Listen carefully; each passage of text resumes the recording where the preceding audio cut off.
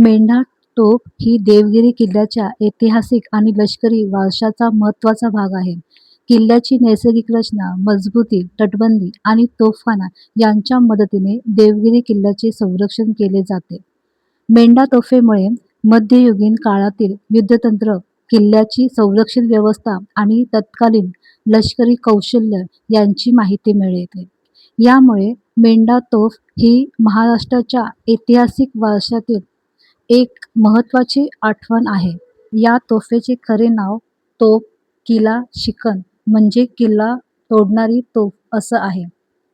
या तोफेचा भाग मेंढ्याच्या तोंडासारखा दिसतो म्हणून तिला मेंढा तोफ असं म्हणतात.